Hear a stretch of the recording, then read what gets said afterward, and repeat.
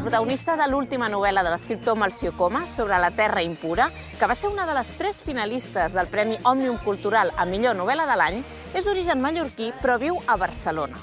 Està separat, té un fill, li agrada molt ser escriptor, però malviu de forma bastant precària gràcies a una feina de periodista cultural. Un dia sembla que la seva sort canvia. Li encarreguen que escrigui les memòries de la Dora Bonin, que va ser actriu, cantant i, sobretot, la mare del seu millor amic d'infantesa. Això farà que es retrobi amb ell, però no només amb ell, sinó amb tota la seva família. Uns fabricants de sabates de Mallorca que formen part de la burgesia de l'illa i que els agrada dir que més que una família el que són és una història. Però ja sabem que les històries acostumen a amagar secrets i aquesta no serà una excepció. Melcior Comas fica el lector dins d'una intriga magnètica, amb un narrador molt potent que ens porta del present a un passat bastant recent, la transició, alguns dels seus episodis més foscos. A més, la psicologia és molt important. Ens parla de relacions familiars, sobretot entre pares i fills, de la dificultat de trencar amb algunes dinàmiques i també del preu que estem disposats a pagar perquè les coses no canviïn.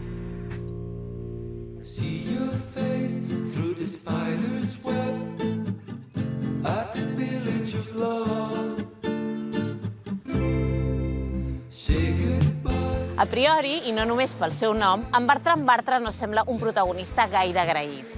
És un home gris, avorrit, que no té curiositat, és molt amant de la rutina i viatjar li sembla una contrarietat. Per això, guanyar un creuer pel Mediterrani a la rifa de Nadal de l'empresa no li fa precisament il·lusió. Aquest és el punt de partida de l'hivern a Corfú, la primera novel·la de Jordi Masó Rahola, després de 2 volums de contes molt reconeguts per crítica i lectors que estaven plens d'un humor negre i molt particular que estem encantats de retrobar també aquí. Els dies van passant al creuer i assistim a una desfilada de personatges molt extravagants. Tot canvia, però, el dia que el nostre protagonista diu en aquest vaixell hi passa alguna cosa estranya. El narrador, que no és el protagonista, cita a Calders, a Cortázar o a Kafka. I la veritat és que hi ha unes certes reminiscències d'aquests autors en la manera d'explicar-nos la història. Interpel·la també el lector. I tot això fa que estiguem ben atents fins al final a les aventures d'aquest protagonista poc agraït.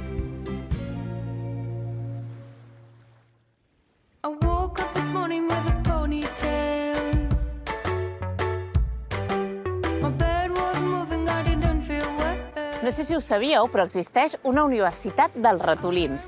Allà, aquests animalons hi poden anar per aprendre-ho tot sobre la seva història, sobre les seves fites.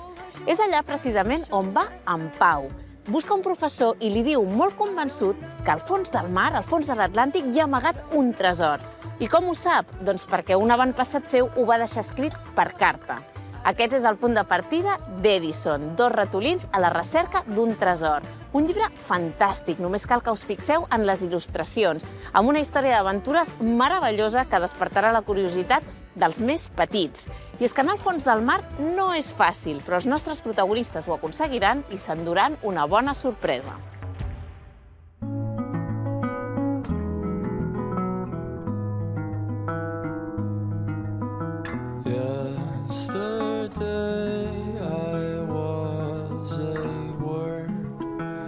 La Maggie O'Farrell és una autora molt reconeguda per les seves novel·les. Per això em sembla que alguns lectors es sorprendran quan agafin Visc i Visc i Visc. I és que el seu darrer llibre és absolutament autobiogràfic i, a més, molt particular. Ella el construeix a partir de 17 moments en què ha tingut la mort molt a prop, 17 experiències diferents que construeixen un llibre que sí, és dur, sí, ens recorda la fragilitat de la vida, però també és un llibre molt vital, meravellosament escrit i que té una energia molt contagiosa. De fet, també és un llibre que ella es pensava que no escriuria mai. Alguna vegada, fins i tot, el seu marit li havia dit que abans que dedicar-se a escriure unes memòries es dedicaria a fer matemàtiques.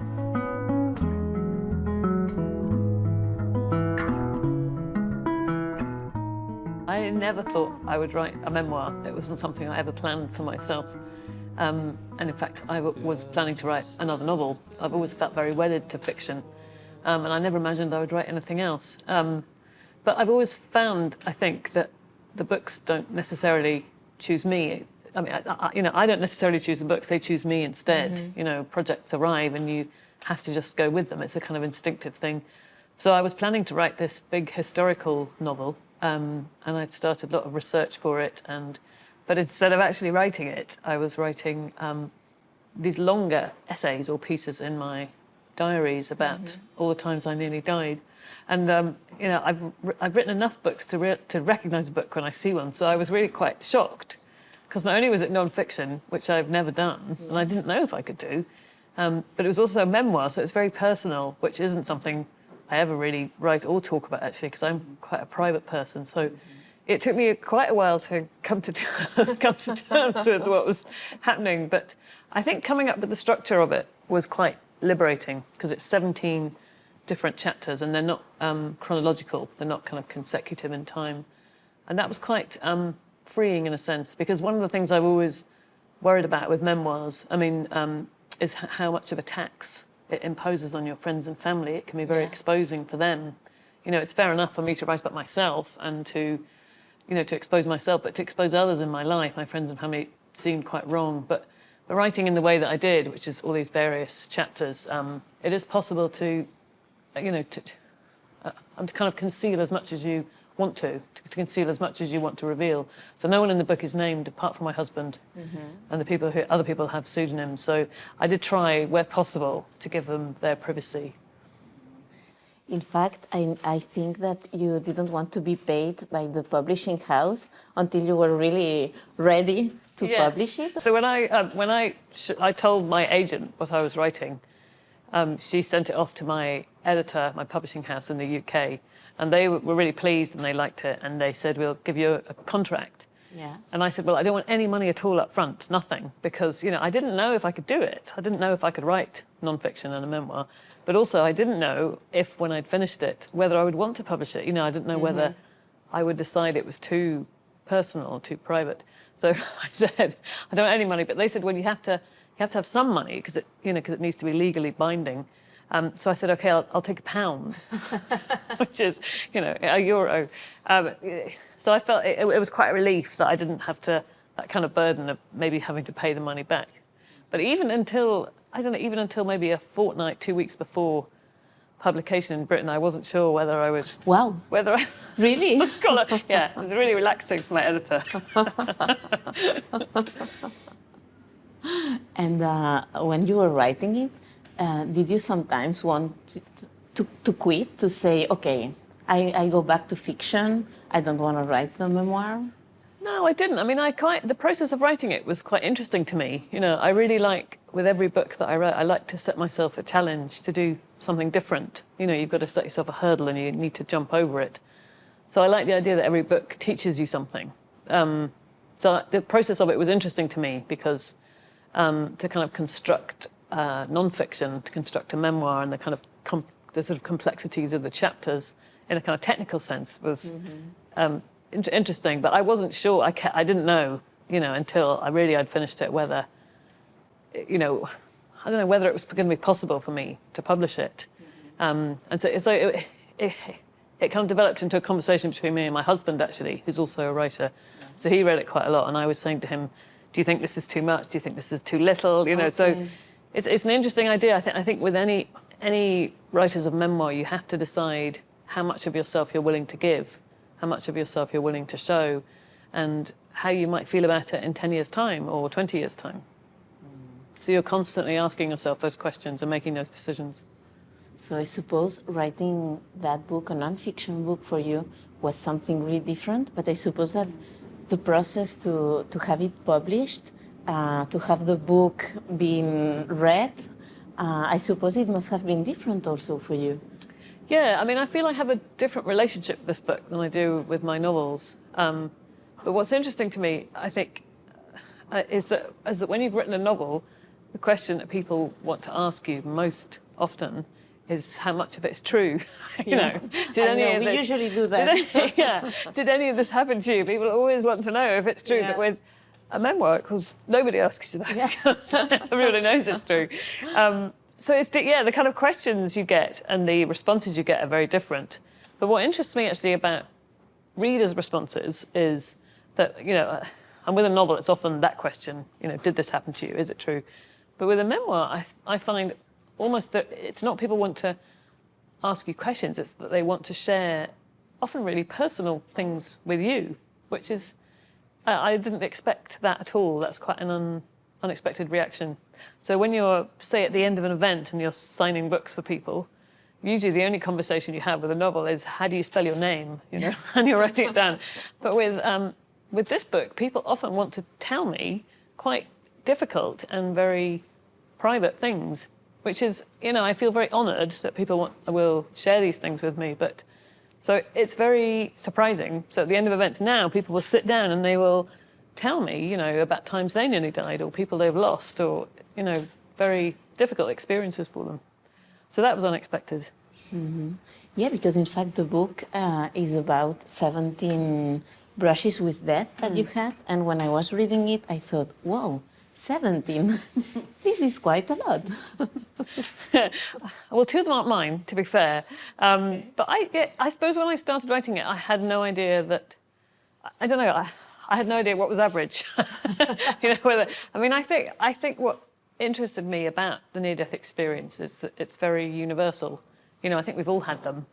I mean, some of us more than others and some more serious than others. But it is something everyone, I think, has experienced at some time or another. And so, but it didn't, I don't know, I mean, I think probably I've had a few more, you know, I was very ill as a child and a few of my later experiences relate back to that, so that's possibly, but yeah, I think I was trying to make sense of the idea of what these brushes with death do to us, how they change us. You know, I think every experience of it, we never forget. You know, they sort of take up residence inside us, and you always return from the brink a slightly different person. You're a bit wiser, you're a bit sadder, and you come back into your everyday life with this sense of what you might have lost. And these 17 brushes with death, were you aware of all of them? Or when you started writing, then suddenly some things came to your mind or you started remembering things? Well, it seemed to me an interesting lens to view a life through. You know, this one particular experience repeated in lots and lots of different places and different ways and different times. And so when I did finally admit to myself that I was writing this book, I did make a list of all of them. And actually there were more. Really? Some of which I decided not to write about, partly because some of them were a bit boring and some of them involved other people, which I wasn't willing to expose them. So there were some that didn't quite make it, and then there were others that, so I decided 17. Also, I quite like the number 17. 17 is it sounds good. Mm-hmm. And when writing them, because when we read them, it's like everything happened to you like yesterday. They are also vivid, so alive, and I think this made you work with your memory, which I suppose you don't do when you write novels. How was that, and how is working with memory? Well, it is a strange process writing a memoir. I think what you have to do is you've got to constantly go back and try to picture who you were aged 5, aged 16, aged 22, you know. And you've almost got to try and meet that person, look them in the eye and say, is this how it was? Have I got it right? Is this how you felt? You know, and so you've constantly got to check doing that, because I think what you don't want is someone, say a 46-year-old woman, imposing her opinions on a 5-year-old. You've got to really try and inhabit that child again and remember what it was like. So it is an interesting process because you're reassessing your past and you're reassessing yourselves all the time. But I think it's something, I mean, I don't know whether it's getting to the age I'm at in my mid-40s. You know, I think that age gets a kind of bad press in a sense, you know. I mean, people talk about, you know, middle age or your midlife, almost as if it's a bad thing. But to me, it feels like an enormous privilege. You know, I really hope I am middle-aged, because if I am, it means I've still got another half to come. Yeah. You know, I think it feels to me a very fortunate age to be in, because you do get this kind of long sight on your past lives, you know. And I think maybe in your teens and your 20s perhaps, I think I thought of my life as a kind of phases, and that you move on from one and then that one's gone and you move on and you move on. But now I think really of its of it more a bit like a Russian Matryoshka doll. Yeah. You know, and we contain all these little cells, we contain all these former cells, all within us. The book, which is about death, Yeah. is such a... There's so much light in the book, and it's so vivid. And the title, I am, it's like this, wow, I want to live, and it's great to live. Well, to me, I mean, I know the subtitle is about death, but to me it's more a book about life. Yeah. It's about the life lived around these moments, you know, so they experience the brush with death is a sort of a kind of way into the life. And I think it's, I really hope it's a life-affirming book, that it's more about, you know, why it's important that we come back, why it is important that we carry on, and how we grow and how we gain strength from bad experiences. Mm-hmm. I think you do that with the book, even if I was like more conscious of our vulnerability while reading it. I was like, wow. But I think there is a positivity to that. You know, I think you can look at, say, trauma as something that damaged you, but I think you can, which I don't really like the attitude, I think you can look at trauma as something that you learn from. You know, and I think it's something that, I mean, it's interesting, I was talking to a neurologist about these experiences, and I was asking him, what effect does adrenaline have on your brain and on your memory? Mm-hmm. You know, what happens to you with this adrenaline? How does it affect us? And he said that adrenaline hardwires your memory. So that's why we remember these things so vividly. Oh. Because adrenaline has a kind of survival purpose. So when something terrifying happens to you, you remember every single detail around you, because if you encounter these details again, then you remember that you remember how to react. So there is a kind of very deep physical reason as to why we have these vivid recollections of trauma. But we're remembering it because we can learn from it. Mm-hmm. And I think that, I mean, as a writer, I suppose that you are a person who observes a lot. But in the book also, when you were a child, you had a really serious illness. Yeah. And you explained that nobody was telling you what was happening. As a child, they didn't want, I suppose, to scare you. And you learned to observe a lot, to listen a lot. Well, I think it's funny. Someone asked me, which is a strange question, but they said, if you could turn back time and not be ill as a child, would you do it? Oh, which I'd never been asked before. And actually, I don't think I would. I think I'm happy to. It's part of who I am. Okay. And I don't think I would be a writer unless I had been ill, you know. Mm-hmm. And I was immobile and I couldn't move, and I was in a bed for up to a year. But I think there's there's something quite transforming about illness, in a way. I mean, you know, obviously, if you are lucky enough to get better. Yeah, but something, you know, I think especially in the world that we live in, we don't allow our brains and our minds to be idle. We don't allow ourselves any kind of form of boredom. Mm-hmm. As soon as we sit down, we grab for a screen and we distract ourselves. And I think it's actually very good for your mind and your brain to be idle, to be in neutral gear, because something, you know, something happens to you and you do start to notice and you are forced to slow down. And, you know, I don't think I would have been a writer because I did develop those skills as to interpreting what was being said around me. And also I read all the time. A lot. Yeah. I mean, when I couldn't physically hold a book, I was listening to stories. And then when I was getting better, I would read everything on my shelf to the end, and then I would go back and I would read it again. So my childhood books I read 15, 20 times. And I knew them off by heart. And I do remember having very sort of early thoughts about why writers had made certain... I mean, obviously, it was a very low, basic level. But I do remember thinking, you know, I was reading The Moomins, and I remember thinking, why does Tove Jansson start this chapter with a conversation? Why doesn't she say once upon a time, or say they were sitting? And what difference does that make?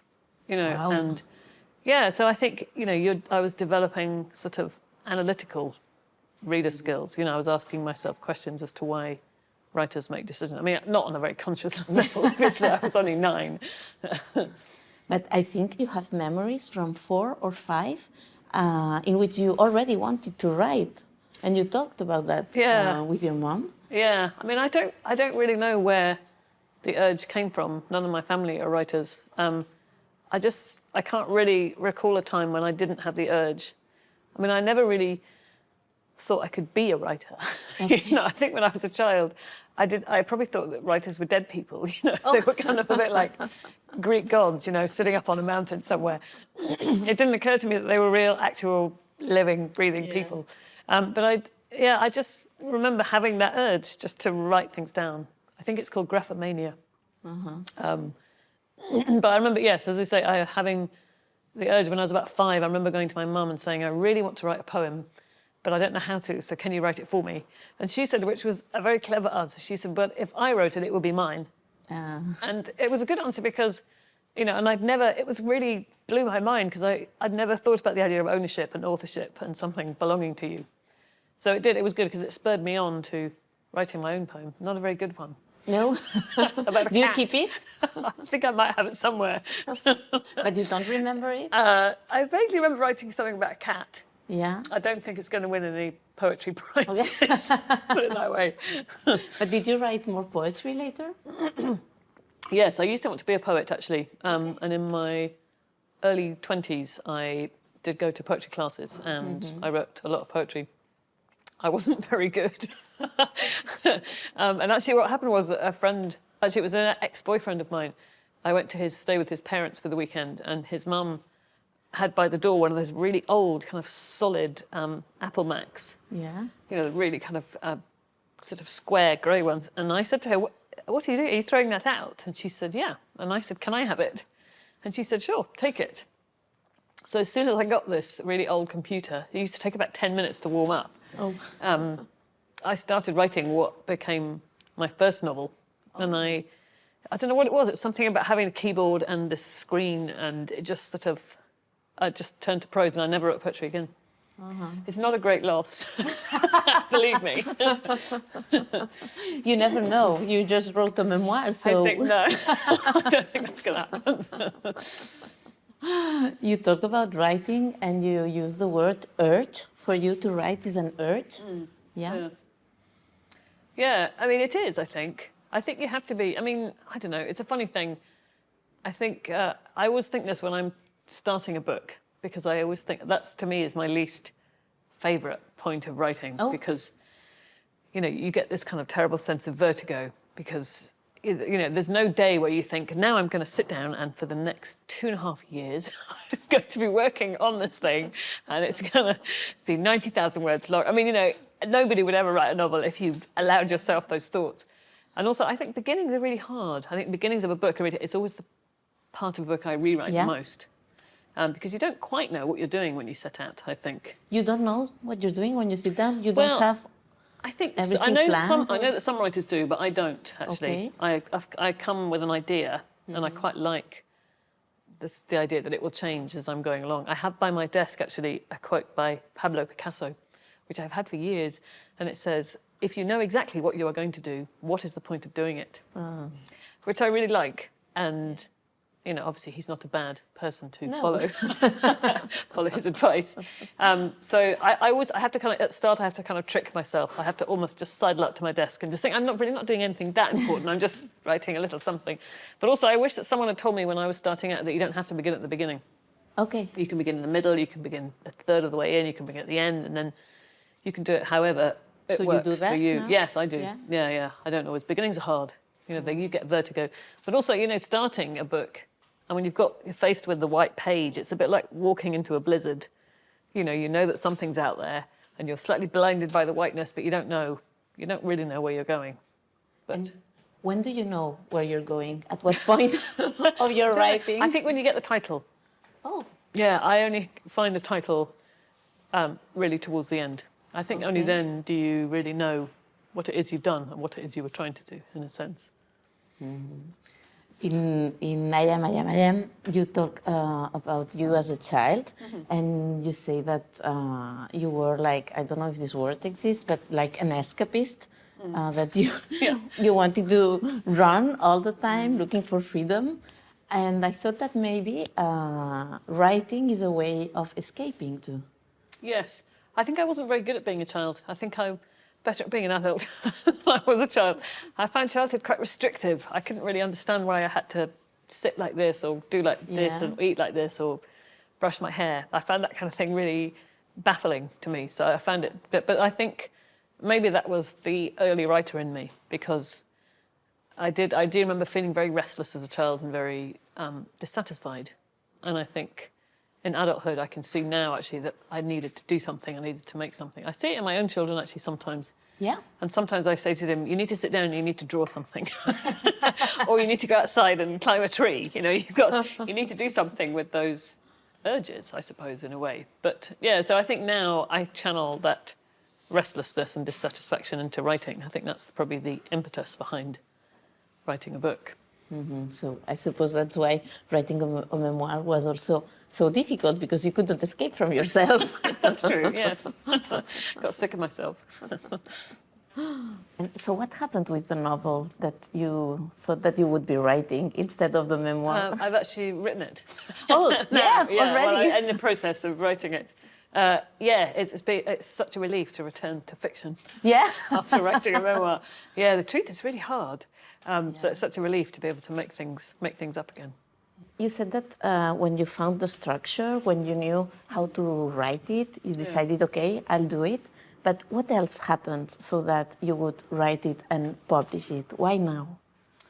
Well, I think the answer is really in the last chapter of the book, which is about my daughter who has a really severe medical condition, a sort of immune disorder, and she has many more brushes with death herself than most children do. Yeah. So I think, one of the things, obviously I think all three of my children have taught me a huge amount, but one of the things parenting a child with a very high level of need teaches you is, a huge amount of patience, a huge amount of trying to stay calm, but also, I think one of the things I was trying to make sense of for her is the kind of idea of what happens to us during these brushes with death or in these moments of danger, because your job as a mum for a child, especially a young child who's suffering or in danger or in pain, is to try and take their experience and sort of hand it back to them in a form they can understand. Because a really young child can't understand why they're in an ambulance or why they're in a great deal of pain with their skin or why there are lots of doctors around. So you, as the parent, as the mother, has to try and tell them a story so they can comprehend it. And so I think I was thinking about, what it is she was going through and trying to understand what it's like for her so I could tell her what was happening. And so I think that's probably why I wrote the book. But again, I only realised that towards the end, because the last chapter is about her, but it's about her condition. Or it's about my experience of being her mother and mothering a child with additional needs. Yeah, in another chapter of the book, I think you say to your only son at the moment, I think, if I remember well. Yeah. I don't know how to explain you that, but I hope someday I will be able to do it. So the need to explain really, or to have... Well, I think with children, it's fascinating to me watching a child develop, because I think they will ask you questions. They will ask you quite big questions, even when they're quite small. Yeah. And you can tell them a little bit. You can tell them what they're ready for, and then maybe in a year later they might return to the same question, and you tell them a little bit more, and then again, and it goes round and round, and gradually you can reveal the whole truth to them, or they read about it, or they hear about it. But I think you have to decide how much they're ready for, in a sense. Mm-hmm. You say that when you have children, you need to deal with patience, for example, a huge amount of patience, and so many other things that we can read in those last chapter.